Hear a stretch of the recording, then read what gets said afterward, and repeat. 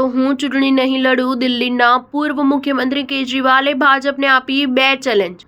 આમ આદમી પાર્ટીના રાષ્ટ્રીય નેતા અરવિંદ કેજરીવાલે ભાજપને 2 મોટા પડકારો આપ્યા છે। ઝૂંપડપટ્ટી અંગે કેજરીવાલે કહ્યું કે જેમના ઝૂંપડા તોડી પાડવામાં આવ્યા છે તેમને એ જ જગ્યાએ ઘર બનાવી આપવામાં આવે અને તેમની સામેના કેસ પાછા ખેંચવામાં આવે। જો ભાજપ આ 2 ચેલેન્જ પૂરી કરે તો હું ચૂંટણીમાંથી ઉમેદવારી પાછી ખેંચી લઈશ। અરવિંદ કેજરીવાલે દાવો કર્યો છે કે 27 ડિસેમ્બરે ઉપરાજ્યપાલે શકુર બસ્તી રેલવે કોલોની પાસે બનેલી ઝૂંપડપટ્ટીનો લેન્ડ યુઝ બદલી નાખ્યો છે। કેજરીવાલે કહ્યું કે 10 વર્ષમાં ભાજપે ઝૂંપડપટ્ટી જગ્યાએ ફક્ત 4700 ઘર આપ્યા છે, જ્યારે દિલ્હીમાં 4 લાખ ઝૂંપડા છે।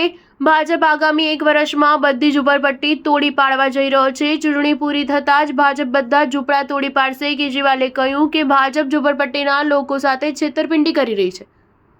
ભાજપ કહે છે કે તે ઝૂંપડપટ્ટી હટાવીને ઘર આપશે, પરંતુ 30 સપ્ટેમ્બર 2024ના રોજ રેલવેએ આ જમીનનું ટેન્ડર જાહેર કર્યું છે।